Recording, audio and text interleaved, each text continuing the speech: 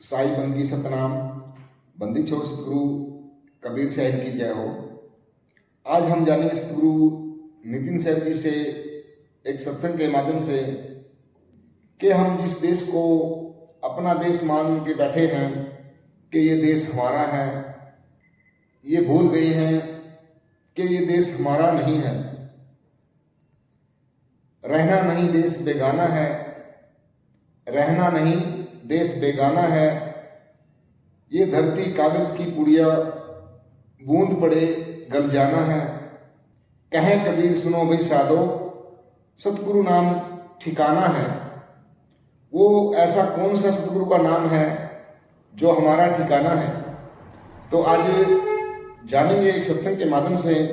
तो सत्संग को आपने पूरा विवेक लगा के और पूरी बुद्धि लगा के सुनना है। तो आज भावलपुर में परमपिता परमात्मा के मूल ज्ञान का प्रचार होने जा रहा है।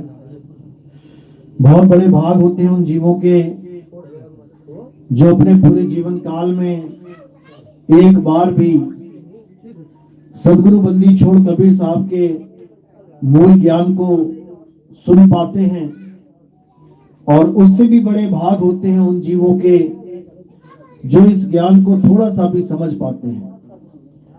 क्योंकि आए बैठे 1 घंटा सुन के चले गए, सुनना तो आसान है, लेकिन इसको समझने में बहुत बहुत ज्यादा विवेक की जरूरत लगती है।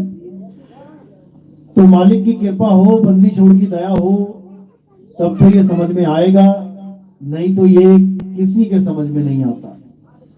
लेकिन अरदास करेंगे मालिक से कि हर जीव को ये ज्ञान समझ में आए, सबका कल्याण हो, सबका जन्म सफल हो, सबको आत्मज्ञान हो। तो आज का सत्संग शुरू करेंगे।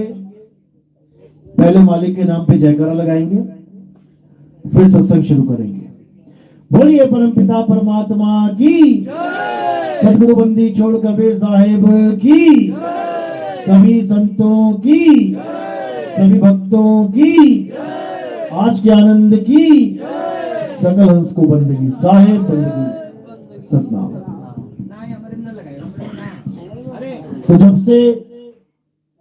शांति बनाओ यार। जब से ये संसार, ये जगत अस्तित्व में आया है, तब से ही जीवों की भटकना शुरू हो चुकी है। हर जगह जीव ही जीव भटकते हुए नजर आ रहे हैं।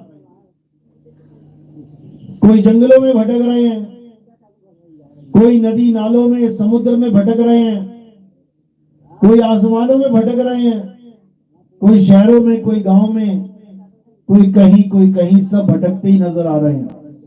किसी को भी अपना ठिकाना नहीं मिल रहा है। कोशिश तो पूरी कर रहे हैं ठिकाना बनाने की। किसी ने पेड़ों पे घोंसले बना लिए, किसी ने पहाड़ों में गुफाएं बना ली, किसी ने खेतों में बिल बना लिए, किसी ने घर में, किसी ने दुकान में, मकान में। देखो कबूतरों ने कैसे घोंसले बना लिए, चींटियों ने बिल बना लिए। तो ऐसी भटकना इस जीव की किस्मत में आ चुकी है कि ये भटकता ही जा रहा है। ये हर जगह भटक ही रहा है। भटक क्यों रहा है? क्योंकि अपने असली घर को भूल गया है, अपने निज घर को भूल चुका है। बस दिक्कत यही है। अब क्या करना है? अब इस संसार में रहते हुए अपने असली घर को जानना है, अपने निज धाम को पहचानना है, अपने परमपिता परमात्मा के यथार्थ स्थान को पहचानना है, तभी वहां पहुंच पाएंगे। पहले जानना पड़ेगा कि हमारा असली घर है कहां।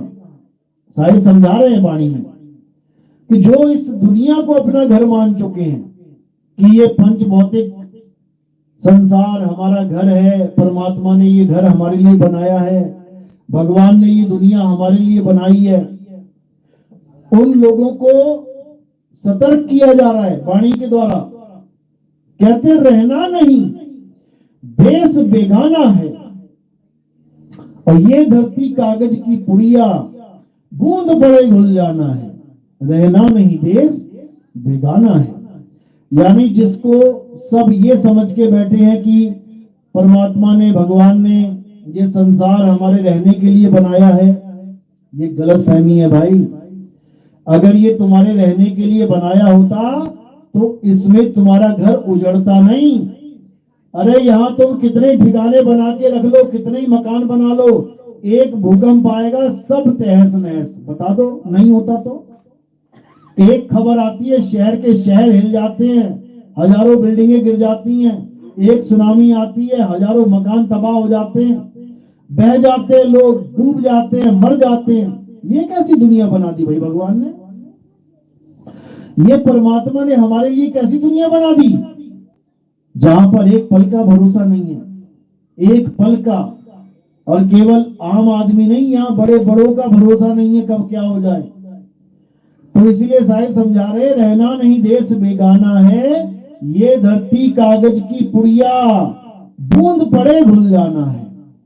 अभी बूंद पड़े यानी बारिश हो जाए 40 दिन तो तुम्हें पैर रखने के लिए जगह नहीं मिलेगी। यहाँ भागे भागे घूमोगे, कहां जाए कहां जाए। तो इसी को समझा रहे हैं। ये संसार झाड़ और झाखड़, देखो 24 घंटे नजर घुमा दिख रहा है, झाड़ और झाखड़, पेड़ पौधे, फूल पत्तियां, और उसी के बीच में हमारे मकान है। अर्थी देखिए ना, अर्थी चारों तरफ क्या होती है? लकड़ी, और बीच में क्या होता है? बीच में क्या होता है? लाश।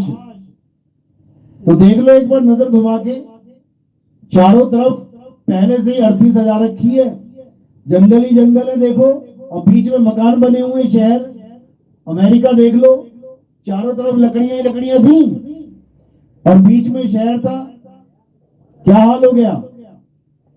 एक आग लगी और एक हेलो हेलो अरे बैठने के लिए करे थे यहाँ, इधर आइए।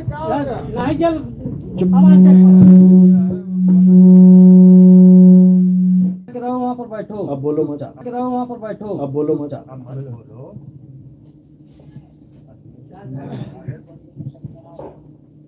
तो क्या बता रहे हैं कि देखो, आज अमेरिका में आग जली, पूरे पूरे जंगल जल गए, और बीच में कौन है?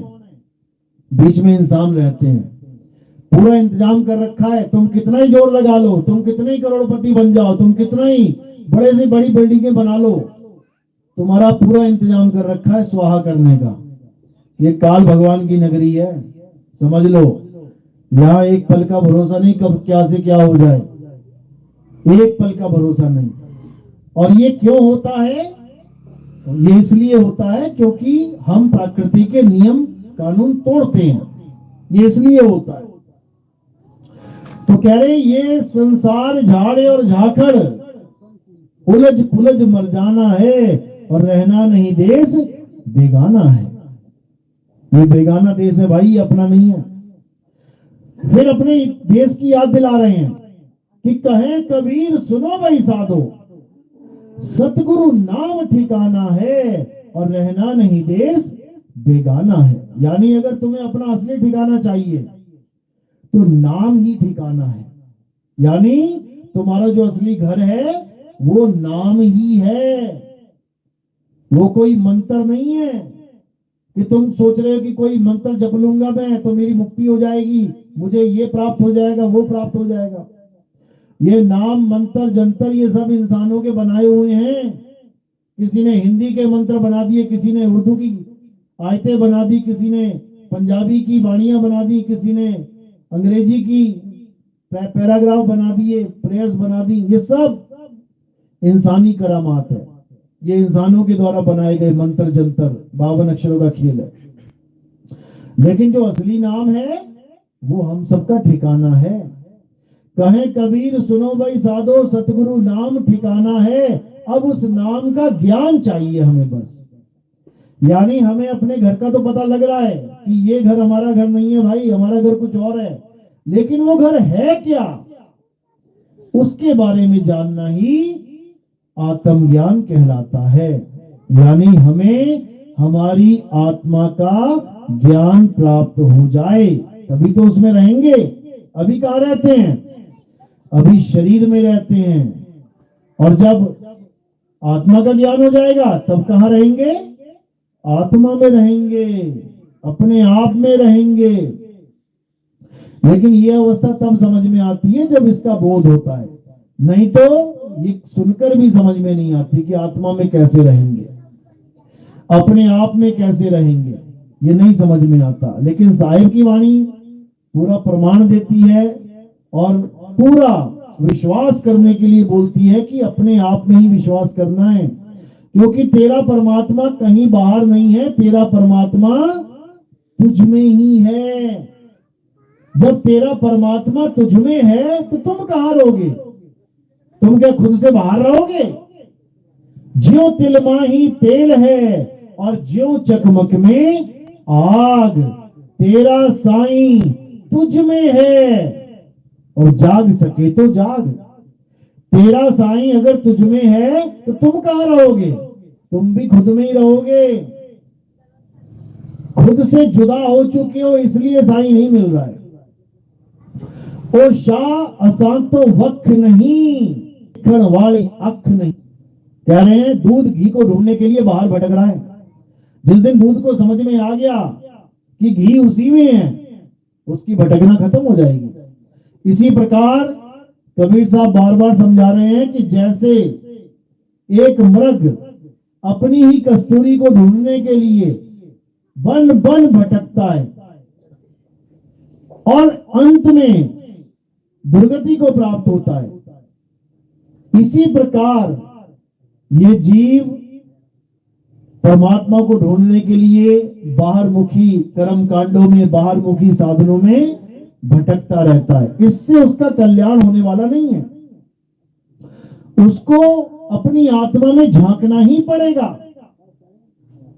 तब वो परमात्मा मिलेगा, नहीं तो नहीं मिलेगा। गुरु ग्रंथ साहब भी इसका हवाला देते हैं, आत्म में राम, राम में आत्म, चीनस गुरुमुख विचारे। कि भाई जब तक तुम अपनी आत्मा में उस राम को नहीं ढूंढोगे वो मिलेगा नहीं। कह भी रहे हैं, जो प्रभु को मिलबो चाहे तो खोज शब्द में ले, शब्द में खोज परमात्मा को। लेकिन इंसान ने क्या गलती कर दी कि वो उन शब्दों में खोजने लग गया जो शब्द उसने अपने होठ, कंठ, जीभ यानी अपने मुख से पैदा किए हैं। ये उन शब्दों में खोजने लग गया। जो मुंह से निकलने वाले नाम हैं, ये उन नामों को जपने लग गया। जैसे मुंह से निकलने वाले नाम कौन कौन से हैं? जितने भी नाम हमने रखे हैं भगवानों के, सब मुंह से ही तो निकलते हैं। राम, कबीर, हनुमान, शंकर जी, विष्णु जी, अल्लाह, वाहेगुरु, गॉड, बुद्ध, कोई भी नाम ले लो, कहां से निकल रहे हैं? सब मुंह से निकल रहे हैं, सब होठ, कंठ, जीभ के द्वारा निकल रहे हैं। तो साहिब यहां समझा रहे हैं कि होठ कंठ लागे नहीं और जीव्या नहीं उच्चार, गुप्त वस्तु जो लख है सो निज हंस हमार। ये गुप्त वस्तु की बात चल रही है, ये किसी नाम की बात नहीं चल रही है कि लोगों ने कबीर साहब को भी बता दिया कि ये राम राम राम जपते थे कबीर साहब। तो क्यों बता दिया? क्योंकि वाणी कहती है राम नाम की लूट है, लूट सके तो लूट, और अंत काल पछताएगा जब प्राण जाएंगे छूट। अब ये वाणियां सुन के लोगों ने सोचा शायद कबीर साहब राम राम की बात कर रहे हैं, ये राम राम जपना है, और सारे राम राम राम जपने लग गए। कबीर साहब के मंदिर बना दिए लोगों ने और वहां पर भी फट्टे पे लिखवा दिया राम राम राम, जबकि कबीर साहब इस रा और मां दो अक्षरों के नाम के पुजारी नहीं थे भाई। कबीर साहब उस राम के पुजारी थे जो राम घट घट में रमैया राम है, जो रमता राम है, साहिब समझा भी रहे हैं। कस्तूरी कुंडल बसे और मृग ढूंढे वन माही, ऐसे रमता राम है ये दुनिया जाने नहीं। यानी मैं उस राम का पुजारी हूं जो रमैया राम, रमता राम है, लेकिन मुझे लोगों ने अज्ञानतावश कभी रा और मां 2 अक्षरों का पुजारी बना दिया हिंदी भाषा का, कभी राम जी का, दशरथ सुत राम जी का पुजारी बना दिया, क्योंकि ये नहीं जानते उस राम को जो सब घट में विराजमान है, जो हिंदू मुसलमान के भेद से न्यारा है, न्यारा है। दशरथ सुत राम तो केवल हिंदुओं के पूज्य हैं, मुसलमान तो ना पूछते उन्हें। लेकिन कबीर साहब का राम वो सबका राम है, हिंदू का भी, मुसलमान का भी, सिख का भी, ईसाई का भी, क्योंकि उसके बिना ना हिंदू चल सकता है, ना मुस्लिम, ना सिख, ना ईसाई, ना धार्मिक और ना अधर्मिक, कोई नहीं चल सकता। ना आस्तिक ना नास्तिक, कोई चल ही नहीं सकता, कोई बोल नहीं सकता, खा नहीं सकता, पी नहीं सकता, कोई कुछ नहीं कर सकता। उस राम का पुजारी बनना है, उस राम से प्रीत करनी है, उसके बिना और कोई नहीं है जो पूजनीय है। तो इसी को समझो अच्छे से। ठीक है भैया, बिल्कुल सही है। तो इसी को समझना है, उस राम को जानना है जो पूरे विश्व का राम है। उसी को समझाने के लिए नाना प्रकार के मत, पंथ, धर्म चलते आए हैं समझाने के लिए, लेकिन कोई उस राम को तो समझ नहीं पाया, अपना अपना अलग अलग धर्म बना के बैठ गया, अलग अलग पंथ बना के बैठ गए, अलग अलग संप्रदाय बना के बैठ गए। लेकिन जो समझ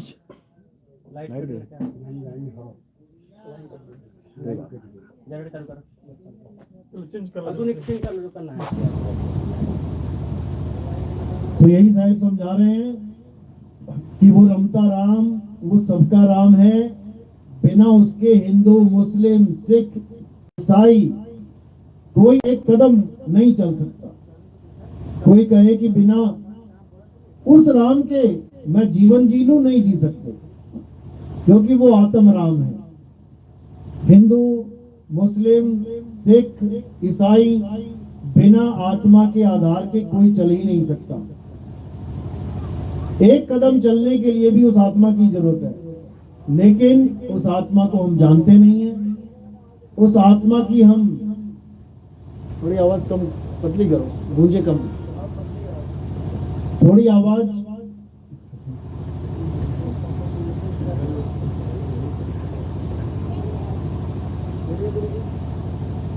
हेलो, गूंजना कम करो,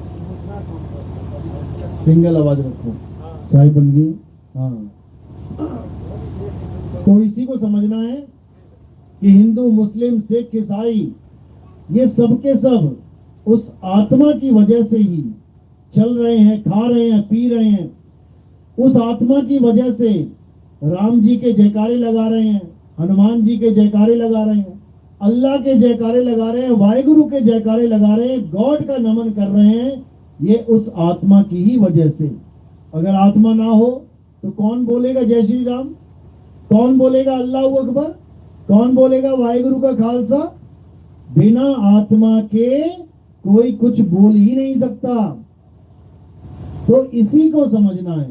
कबीर साहब इस आत्मा का ही जिक्र कर रहे हैं कि इसके बिना कोई कुछ कर ही नहीं सकता। थोड़ी आवाज तेज करो, आवाज तेज करो। तो उसी को समझना है।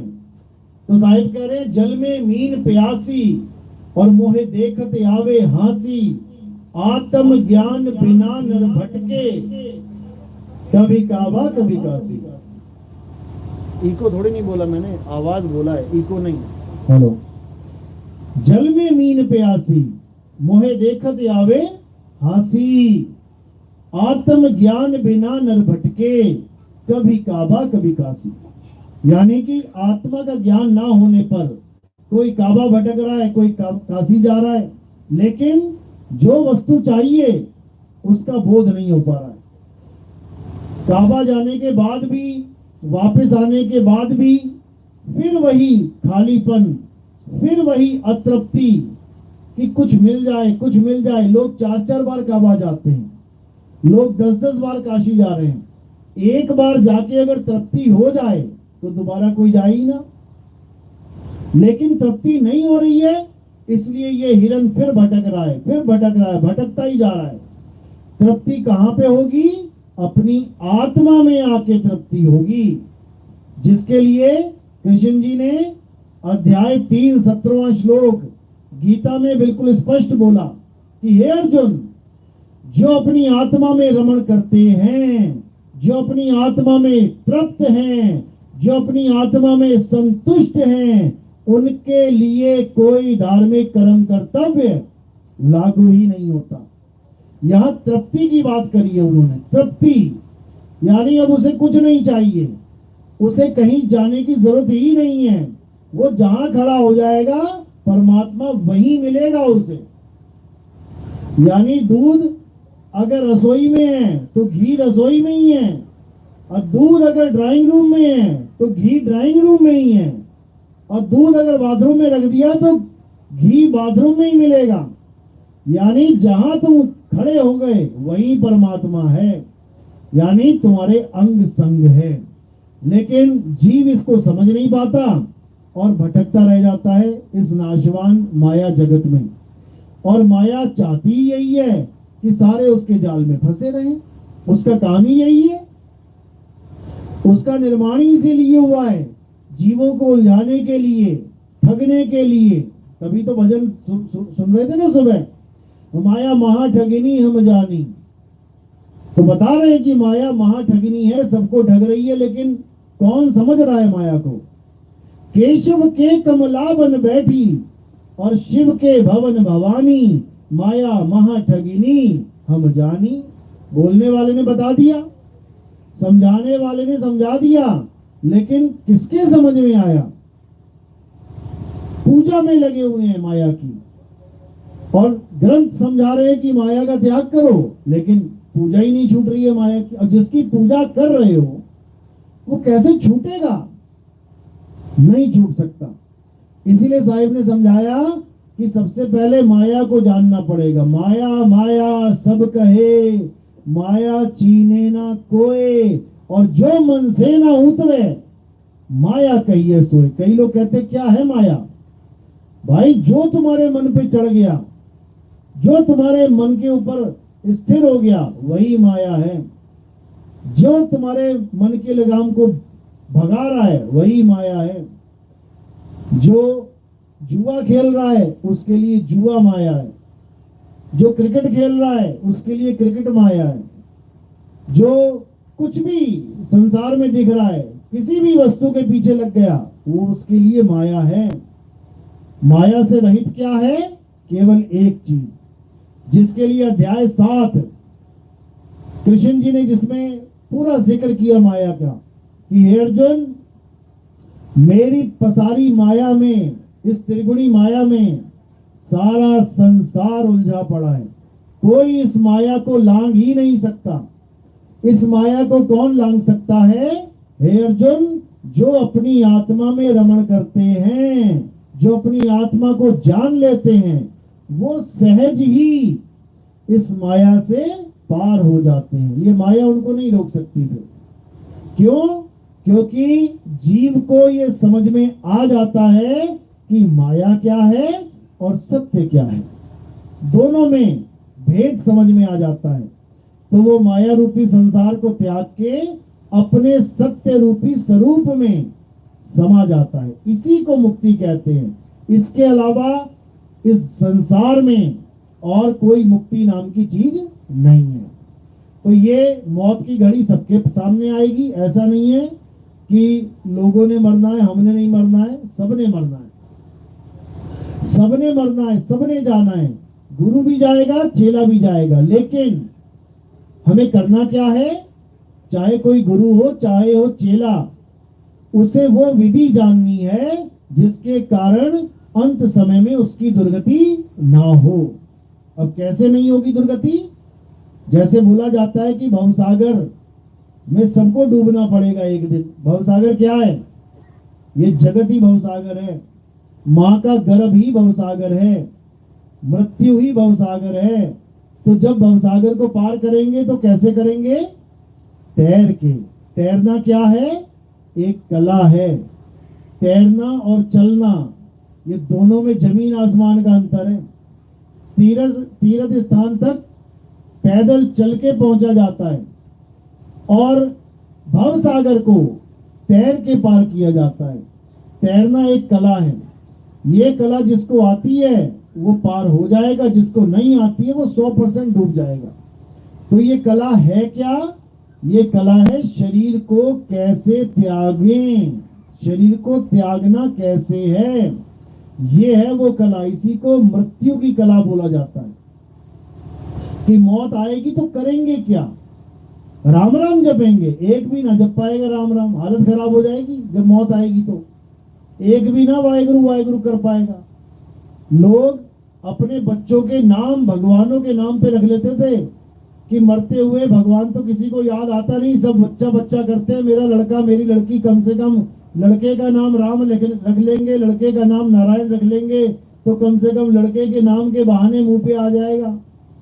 इतने इंतजाम करते थे लोग, क्योंकि उनको पता है कि ये बहुत मुश्किल काम है।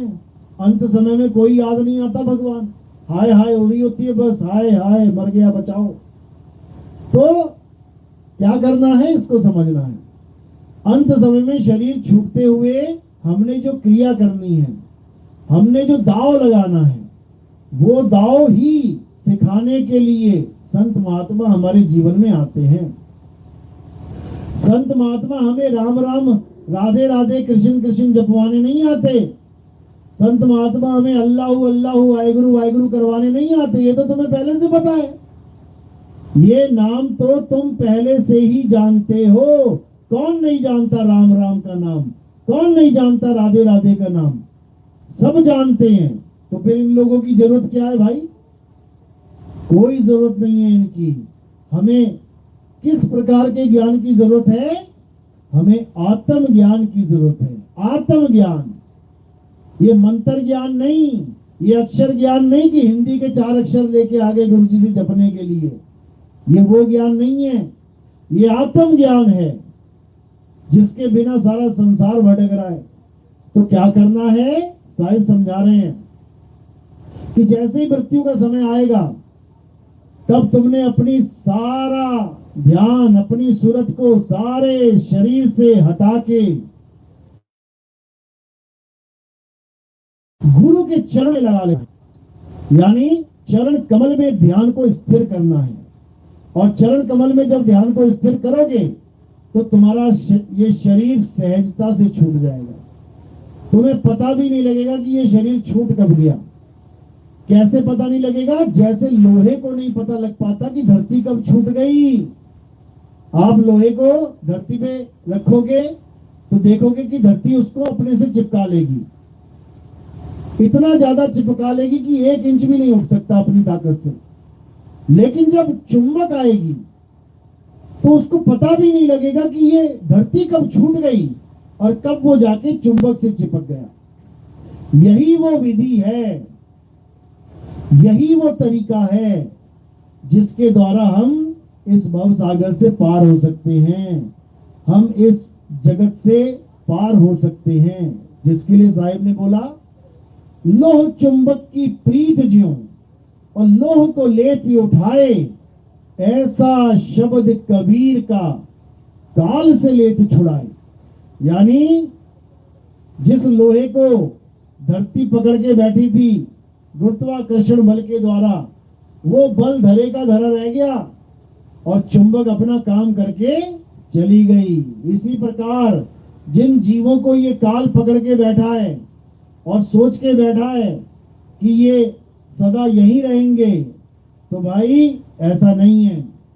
परमात्मा ने पूरा इंतजाम कर दिया है अपने जीवों की मुक्ति का, अपने जीवों के कल्याण का। अब बस जो भी अपना कल्याण करना चाहता है वो आत्मज्ञान, उस मूल ज्ञान के झंडे के नीचे आता जाए, शामिल होता जाए। 101% उसका कल्याण होके रहेगा, इसमें कोई दो राय नहीं है, क्योंकि ये वही वक्त आ चुका है जिस वक्त के लिए सब संतों ने अपनी वाणियों में संदेश दे रखा था, जीवों को एक उपदेश दे रखा था कि चिंता मत करना। अभी जो हम धर्म प्रचार कर रहे हैं, अभी जो हम इस संसार में आके वाणी प्रचार कर रहे हैं, ये एक माहौल बना रहे हैं, ये एक बीज बो रहे हैं। इस बीज की फसल आगे जाके उत्पन्न होगी और ऐसी लहलाएगी कि पूरे संसार में एक ही ज्ञान चलेगा, एक ही नाम चलेगा। हर धर्म में यही समझाया गया कि अभी तो ठीक है, पूजा पाठ चल रही है, सब कुछ हो रहा है, लेकिन अलग अलग तरीकों से हो रहा है, अलग अलग मतों से, पंथों से, संप्रदायों से हो रहा है, अलग अलग बट गए हैं लोग धर्म के नाम पे। कोई कुछ कर रहा है, कोई कुछ कर रहा है, कोई कुछ कर रहा है। एक ही परिवार के 5 सदस्य एक सी पूजा नहीं कर रहे हैं। कोई राम जी का पुजारी बन गया, किसी का इष्ट देव हनुमान जी हो गया, किसी को कोई और प्यारा लग रहा है।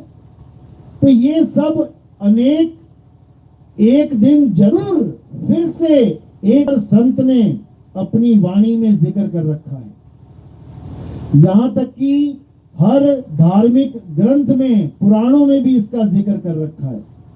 इसमें कोई दोहराई नहीं है कि वो समय आएगा, बिल्कुल आएगा, लेकिन वो समय आएगा तो हमें पता कैसे लगेगा, ये सबसे बड़ा सवाल है। क्योंकि कई लोग सोच रहे हैं कि कलयुग तो 4,72,000 साल बाद खत्म होगा, तो युग परिवर्तन तो अभी बहुत है, अभी तो 5,000 साल ही हुए हैं, ऐसा है वैसा है। ऐसा बिल्कुल नहीं है। कलयुग में सतयुग आएगा और वो समय अब आ चुका है। कलयुग का मतलब क्या है? अज्ञानता। कलयुग का मतलब क्या है? जब सारे धर्मों के नाम पे झगड़े हों, सारे धर्मों के नाम पे लड़ाइयां हों, एक दूसरे पे बमबारी करेंगे, तो समझ जाना घोर कलयुग आ गया। उसी घोर कलयुग में दोबारा से सतयुग का आगमन होगा। ये सबने अपने अपने ग्रंथों में पहले से ही जिक्र कर रखा है। तो ये वही समय है जब सतयुग का आगमन होने वाला है। अब सतयुग का आगमन का मतलब क्या होता है? इसका मतलब ये नहीं कि तुम्हें विष्णु जी दिखाई दे जाएंगे गरुड़ पे उड़ते हुए, या तुम्हें शंकर जी दिखने लग जाएंगे नंदी पे बैठे हुए, या तुम्हें 4 मुख वाले ब्रह्मा जी दिखाई देने लग जाएंगे। सतयुग का मतलब क्या होता है? जब तुम्हारे जीवन में सत्य आ जाता है। सत्य यानी एक, क्योंकि सत्य एक है। आप देखोगे चारों युगों की व्याख्या कैसे की गई है? 1, 2, 3, 4, यानी सतयुग, द्वापर, त्रेता और कलयुग। ये सीरियल वाइज ऐसे गिने जाते हैं, 1 के बाद 2 यानी सत्य के बाद द्वापर, 2 के बाद 3 यानी त्रेता, ऐसे करके। लेकिन आपको पता है कि त्रेता युग पहले आ गया और द्वापर बाद में आया। उसका कारण क्या था? उसका कारण थी अहिल्या, यानी एक पत्थर की मूर्ति। उस पत्थर की मूर्ति की वजह से द्वापर बाद में आया और त्रेता पहले आ गया। इसी प्रकार जब हम सत्य से जुड़े होते हैं तो हम सतयुग में होते हैं। उसके सतयुग को छोड़ के, यानी सत्य को छोड़ के जैसे हम द्वापर में आते हैं, यानी 2 में बट जाते हैं, तो वो 2 किसकी पूजा कहलाती है? मन और माया की। हम उससे द्वापर से भी नीचे गिरते हैं तो हम किसको प्राप्त करते हैं? हम त्रेता यानी 3 गुणों को प्राप्त कर लेते हैं। सतयुग, द्वापर, त्रेता यानी 3 गुण, रजोगुण, सतोगुण, तमोगुण, यानी हम और नीचे की भक्ति में आ जाते हैं। उसके बाद कलयुग आता है। सतयुग, द्वापर, त्रेता, कलयुग। कलयुग में क्या होता है? कल का मतलब होता है कलपुर्जे, इलेक्ट्रॉनिक युग, मशीनों का युग। इसमें भगवान की, अल्लाह की, वाहिगुरु की बातें फीकी लगने लग जाती हैं और मोबाइल, टीवी, वीडियो गेम, ये फिल्में, गाने ये अच्छे लगने लग जाते हैं और पूरा दिन उसी में बीतने लग जाता है। यानी सत तो गया गया, मन माया यानी ब्रह्म और माया की भी पूजा जाती लगी और तीन गुणों यानी ब्रह्मा विष्णु महेश की भी पूजा से मन ऊब गया। लोग मंदिर जाना छोड़ देते हैं कलयुग में, लोग नास्तिक बन जाते हैं। अभी ऐसा हाल हो रखा है कि संसार में आप यकीन करो 40% के करीब लोग, 40 से 50 के करीब नास्तिक हो चुके हैं, यानी धर्मों को छोड़ चुके हैं, यानी भगवान के नाम से भी नफरत हो गई है उन लोगों को। कारण क्या है? कारण है सत्य की कमी। कारण ये है क्योंकि उनको ये समझ में आ रहा है कि कोई सत्य बोल ही नहीं रहा है, धर्म के नाम पे केवल धंधा बन चुका है, भगवानों को केवल पैसा कमाने के लिए यूज किया जा रहा है, मंदिरों को केवल चढ़ावे के लिए यूज किया जा रहा है। गरीब आदमी मंदिरों में भीड़ में बेचारा पसीने में खड़ा है और अमीर आदमी वीआईपी दर्शन कर रहा है 5,000 देके। तब जो लोग वहां खड़े होते हैं उनके दिमाग से ये धर्म के नाम का कीड़ा निकल जाता है। उनको लगता है हम यहाँ बेवकूफों की तरह खड़े हैं 4, 5, 6 घंटे से और ये करोड़पति आया 5,000 रुपए देके वीआईपी दर्शन करके चला गया। अरे भगवान के घर में भी भ्रष्टाचार है। तब वो समझ जाता है कि कोई भगवान नहीं है, ये सब पत्थर का खेल है, पत्थर की दुकान है। पत्थर को देखने के लिए 5,000 में अलग लाइन लग गई, वीआईपी दर्शन हो गए। तब बंदा नास्तिक हो जाता है। समझ लो अच्छे से, नास्तिक का मतलब ये नहीं कि बहुत बुरा है वो, बिल्कुल नहीं। नास्तिक का मतलब ये है कि उसकी आस्था वालों ने ही तोड़ दी है। यानी जो भगवान कर रहा है उन्हीं को देख के वो परेशान हो गया कि ये भगवान करने वाले ऐसे हैं तो भगवान कैसा होगा। इसलिए उसने भगवान की, परमात्मा की सत्ता को मानने से ही मना कर दिया। उसको नास्तिक कहते हैं। लेकिन ये बताया गया वाणियों में कि जब असली पंथ चलेगा, जब सत्य धर्म चलेगा, तब सब नास्तिक भी आस्तिक हो जाएंगे। क्यों होंगे? क्योंकि उस किसी चीज की पूजा करवाई ही नहीं जाएगी जिससे नास्तिक पहले से ही दिल तोड़ के बैठा हुआ है। यानी दोबारा से मंदिर, मस्जिद, गुरुद्वारों की तरफ नहीं भेजा जाएगा जहां से वो पहले से ही दुखी होके किनारे होके बैठा है। अब किसकी बात चलेगी? अब सत्य की बात चलेगी, यानी आत्मदेव की बात चलेगी। नास्तिक से नास्तिक भी आदमी हो, फिर भी वो एक सत्ता को जरूर मानता है जिससे ये काया चल रही है। आप किसी भी नास्तिक से बात कर लो, कोई भी नास्तिक पकड़ लो, उससे पूछो हाँ भाई भगवान है? नहीं है, मैं नहीं मानता। अच्छा तो तू क्या मानता है? तब वो क्या कहेगा कि एक ऐसी चेतना है, एक ऐसी ताकत जरूर है जिससे हमारी बॉडी चल रही है। वो भले कोई नाम दे दे उसको, कोई उसको ऑक्सीजन बोल देगा, कोई उसको करंट बोल देगा, कोई उसको नाड़ी तंत्र बोल देगा, कुछ ना कुछ बोलेगा जरूर। क्यों? क्योंकि अभी उसको पता नहीं है कि वो चीज है क्या, बस उसको उसी चीज का ज्ञान करवाना है।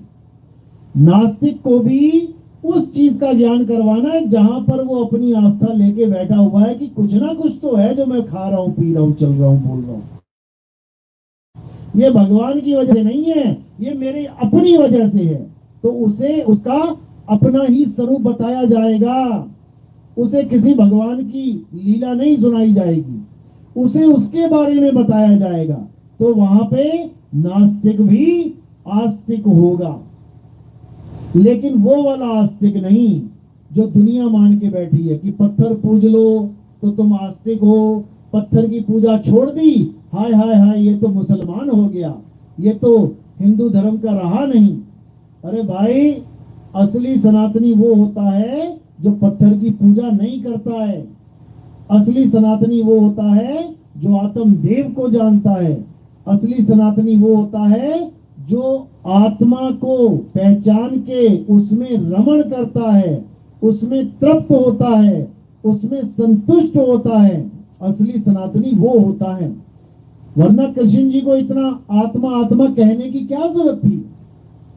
पूरी गीता में आप देखोगे आत्मा का जिक्र करते रहे। हे अर्जुन, आत्मा अजन्मा है, आत्मा नित्य है, आत्मा अचल है, आत्मा अडोल है, आत्मा अबोल है। क्यों बोलते रहे? आत्मा को कोई शस्त्र काट नहीं सकता, आत्मा को अग्नि जला नहीं सकती, वायु सुखा नहीं सकती, जल भिगो नहीं। क्या कारण था जो पूरा युद्ध रोक के आत्मा आत्मा आत्मा आत्मा कर रहे हैं? कोई तो कारण होगा भाई। यही कारण है कि हमारा धर्म आत्म ज्ञानियों का धर्म है। हमारा धर्म पत्थर के पुजारियों का धर्म नहीं है कि 10-10 हजार में 20-20 हजार में तुम भगवान बनवा भी रहे हो और खरीद के लेके भी आ रहे हो। गली गली में भगवान बना दिया तुमने। बताओ, जो एक भगवान, एक परमात्मा पूरे संसार को प्रकाशित कर रहा है, उसको तुमने मंदिर में रख के बाहर से ताला लगा दिया। बताओ, अरे बाहर से ताला तो जेल में लगाया जाता है, अंदर कैदी है, बाहर ताला लगाए। भगवान के घर को ताले की क्या जरूरत है? हमने ये हाल कर दिया भगवान का। यानी हम चाहेंगे तो दरवाजा खुलेगा, दर्शन होंगे भगवान के, और हम नहीं चाहेंगे, नहीं आज छुट्टी है, आज मंदिर नहीं खुलेगा, ले लो। मतलब मंदिर खुलेगा तो भगवान दिखेगा, वरना भगवान अंदर ही बंद है। ये हाल कर दिया हमने भगवान का। अरे भाई, वो सारे संसार को, सारे जगत को चला रहा है, उसको तुम क्या बंद करोगे किसी दरवाजे में, किसी ताले में? तो इस भ्रम को दिमाग से निकालना है और सत्य को जानना है। सत्य क्या है? ये आत्म तत्व ही सत्य है। इसी आत्म तत्व को जानने के लिए सारे संसार के संत इशारा करते हैं, लेकिन जीव समझ नहीं पाता।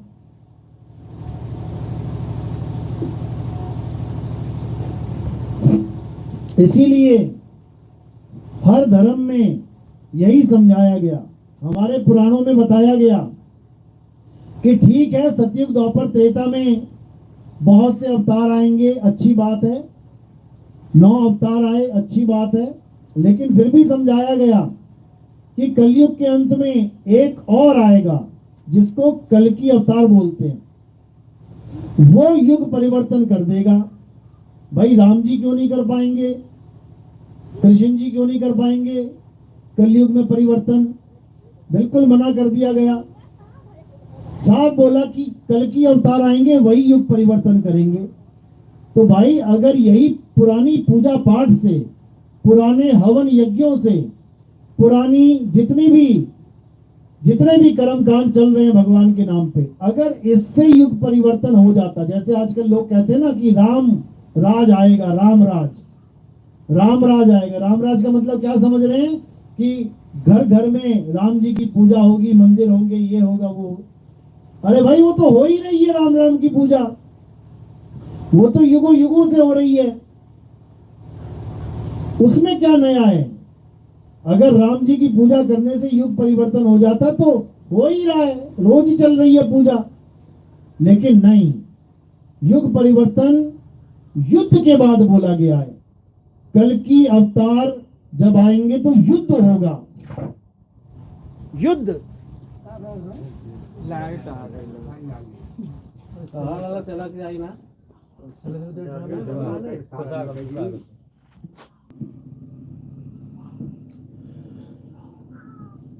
तो युग परिवर्तन कैसे बताया गया? युग परिवर्तन किसी पूजा पाठ से नहीं बताया गया। याद रखो कि किसी भगवान की पूजा करने से युग परिवर्तन हो जाएगा, बिल्कुल नहीं। युग परिवर्तन कैसे बताया गया? कि जब युद्ध होगा, किसका युद्ध होगा? धर्म और अधर्म का युद्ध होगा। कल्कि अवतार को एक क्षत्रिय के रूप में बताया गया, घोड़े पे बैठे हैं तलवार निकाल के, यानी युद्ध होगा। लेकिन कौन सा युद्ध होगा? धर्म और अधर्म युद्ध होगा। जैसे महाभारत हुई थी, वहां पर जो युद्ध था वो एक दूसरे को मारने काटने वाला युद्ध था। जो ये युद्ध होगा, ये ज्ञान युद्ध होगा, यानी ज्ञान और अज्ञान आपस में टकराएंगे।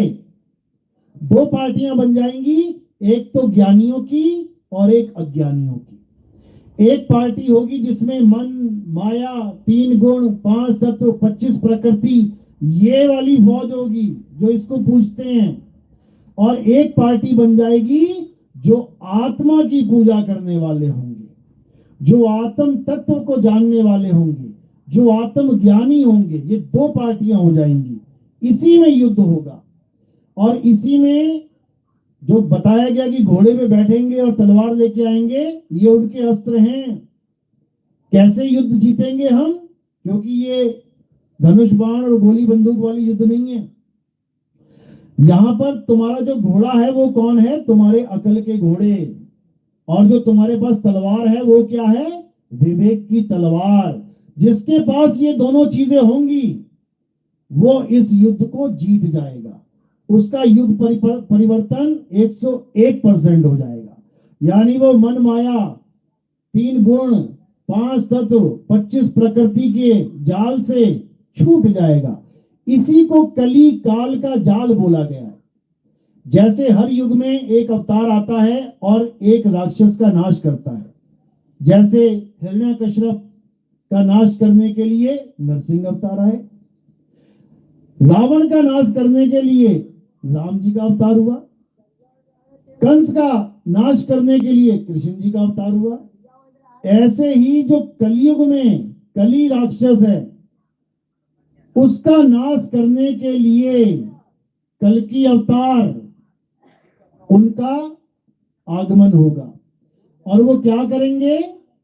वो केवल कली काल, यानी जो तुम्हारा मन है, ये इसकी सारी जितनी भी सृष्टि है मन की, मन और माया की सृष्टि है सारी, ये इसका नाश कर देंगे।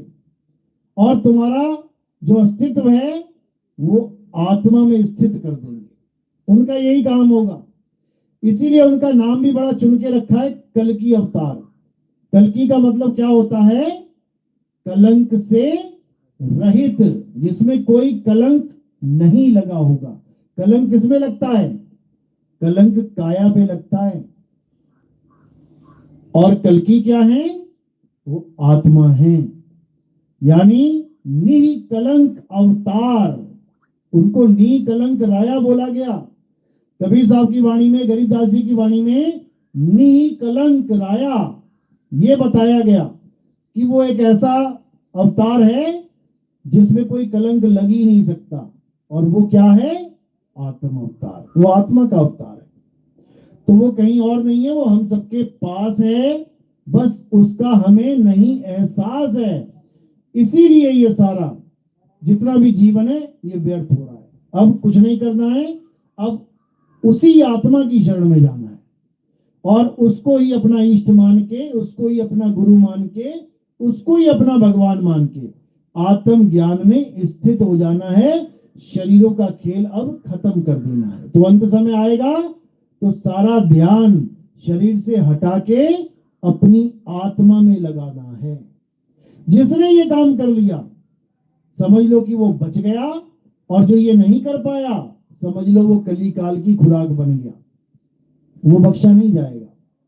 इसी को मुसलमानों में इमाम मेहदी बोला गया। इमाम मेहदी यानी वो जिसे परमात्मा अल्लाह स्वयं गाइड करेगा, यानी पूर्ण ज्ञान देगा। वो किसी आदमी के द्वारा दिया हुआ ज्ञान नहीं चलाएगा। जैसे आज के समय में कोई भी गुरु बैठा, उससे पूछो ये ज्ञान तुम्हें कहां से मिला? ये हमारे गुरु जी ने दिया। इंसानों का चलाया हुआ ज्ञान सब कथ रहे हैं। लेकिन इमाम मेहदी के बारे में बोला गया कि वो मुसलमान नहीं होगा, लेकिन उसे पूरा ज्ञान अल्लाह देंगे। पूरा, यानी एक इशारा दे दिया कि मुसलमान धर्म में यानी वो नमाजें नहीं पढ़ेगा, वो कुरान नहीं पढ़ेगा, लेकिन उसे पूरा ज्ञान अल्लाह स्वयं देंगे।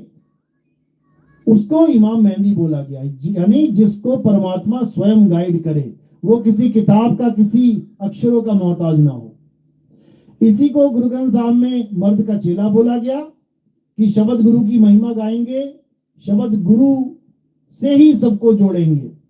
इसी को बुद्ध जी के धर्म में मैत्रेय बुद्ध बोला गया कि एक मैत्रेय बुद्ध होंगे जो पूरे संसार को एक कर देंगे, वो वही आत्मा का अवतार है।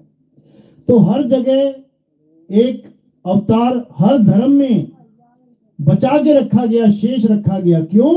क्योंकि उनको पता था कि आज जो हम लोगों को बता रहे हैं, परमात्मा की बात कर रहे हैं, कलयुगी जीव इसको धंधा बना लेंगे।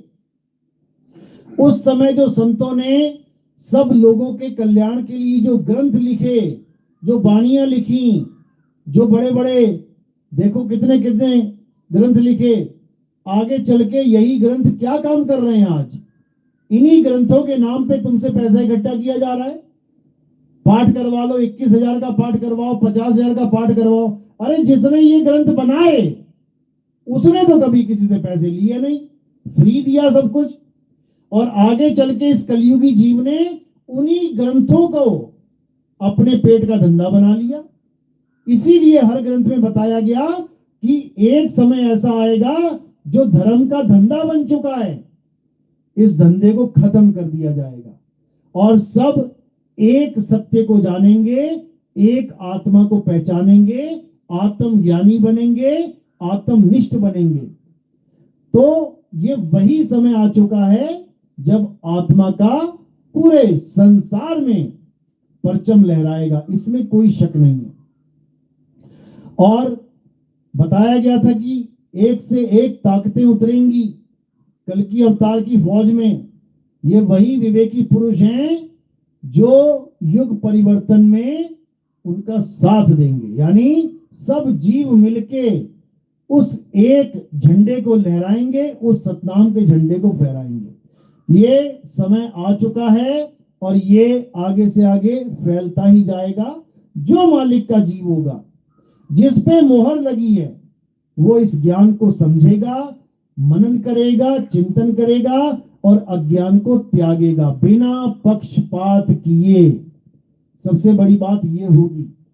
और जो पक्षपाती जीव होगा वो कभी इस ज्ञान को नहीं समझ पाएगा। उसके लिए 84 के दरवाजे सदा सदा के लिए खुले रहेंगे। कबीर साहब ने इसलिए बोला भी कि सबका हुक्का लीजिए साचा शब्द निहार और पक्षपात मत कीजिए, कहे कबीर विचार। यानी वो इंसान विवेकी नहीं कहलाता है जो पक्षपात करता है, वो भी ज्ञान में पक्षपात करे। अगर दुनियावी सामान में करे तो समझ में आता है। तुम्हारे भाई ने कोई दुकान खोल ली कपड़े की, वो तुम्हें कपड़ा दे रहा है, थोड़ा सा कम दे दे, कोई बात नहीं, समझ में आता है कि चलो कोई बात नहीं, भाई है, हल्का सा नुकसान है, कोई बात नहीं, अपना ही भाई है। पक्षपात कर लिया तुमने। किससे पक्षपात किया? पैमाने से।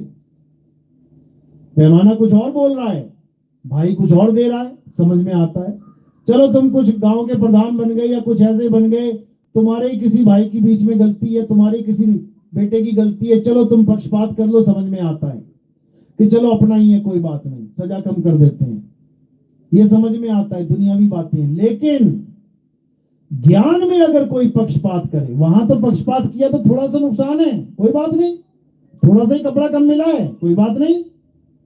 लेकिन ज्ञान में अगर कोई पक्षपात करता है तो नुकसान पता है कितना है? कितना नुकसान है? 84 लाख का नुकसान है। 84 लाख बार कुत्ता, बिल्ली, हाथी, घोड़ा, नाली का कीड़ा, मगरमच्छ, पता नहीं क्या क्या बनना पड़ेगा एक पक्षपात के कारण, छोटे से पक्षपात के कारण कि अरे हमारे गुरुजी ने ये ज्ञान दिया है, नितिन दास तो ये बता रहा है, चलो कोई बात नहीं, थोड़ा सी तो अलग है। वो थोड़ा सा ना इतना बड़ा हो जाएगा कि तुम नाप नहीं पाओगे। ये थोड़े से में अटके पड़े हैं जो। इसलिए ज्ञान कैसा होना चाहिए? 100%। इसी को बोला है 20-20। इसमें 19-20 वाला काम नहीं है कि चलो कोई बात नहीं, 19-20 का फर्क है। 19-20 नहीं चलेगा। ज्ञान चाहिए 20-20। बोला भी वाणी में कि जब आएगा 20-20 और ना रहेगा ईसा और ना रहेगा मूसा, राज करेगा जगदीशा। ये 100% ज्ञान है भाई, इसमें कोई मिलावट नहीं है, ये कलंक रहित ज्ञान है। इसमें कलंक नहीं लग सकता इस ज्ञान में कि कोई कहे चलो नितिन दास समझा रहा है वो भी ठीक, हमारे गुरुजी बता रहे हैं वो भी ठीक। ये दो चीजें ठीक नहीं हो सकती। याद रखो, सत्य एक